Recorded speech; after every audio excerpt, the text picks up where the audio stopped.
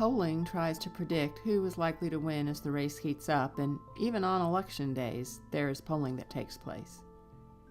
In spite of efforts to try to develop valid and reliable methods that will be accurate, polling efforts can be quite wrong.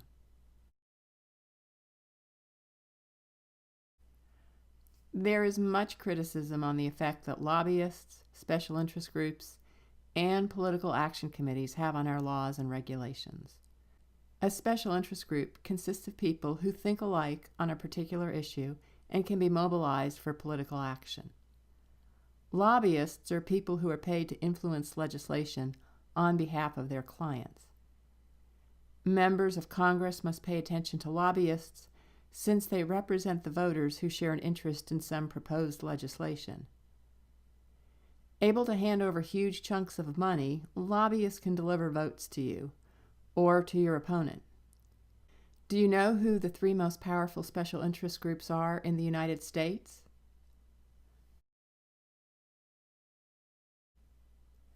Functionalists and conflict theorists have 2 very different views on who runs this country. Functionalists think that pluralism prevails.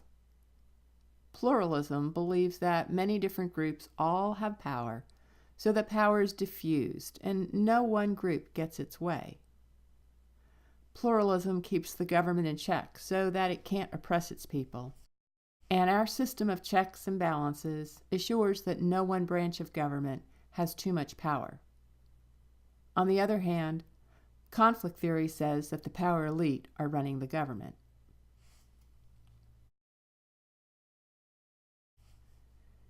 This was the model developed by C. Wright Mills, which proposes that the top leaders from corporate, from the military, and in politics work together to maintain their interests. Even though the people elected their leaders, and Congress is supposed to be representing those that elected them, the truth is that the key decisions are made by just a few people, and that group is the power elite. Mills claims that the corporate leaders are the most powerful of the group. This is because capitalism is so entrenched in our society, and all 3 groups of the power elite see the importance of the economy and that capitalism is essential for society. So which side is right, the functionalists or the conflict theorists? Perhaps they both are. Pluralism may help maintain a social order that is not totalitarian, and it diffuses power amongst different groups. But the conflict perspective may be correct in seeing that the power vests among the different interests represented within the power elite. We may have enough of a pluralistic society that will never become a totalitarian state, but we still have power vesting in the hands of a few, if not diffused amongst them. There is overwhelming evidence that C. Wright Mills is correct. War is a destructive way of changing the status quo. Why engage in such destruction? Sociologist Nicholas Timosheff found that there were 7 reasons a country goes to war. First, it's about power, dominating a weaker nation. Second, it's about unity, uniting rival groups within their own country. A third aspect is revenge. In other words, settling old scores from earlier conflicts. A fourth reason is prestige. In other words, defending the nation's honor. A fifth reason is about the leaders, who want to protect or exalt their own positions. A sixth reason is ethnicity, and that means bringing under the rule our people who are living in another country. And the seventh reason are belief systems, converting others to religious or political beliefs.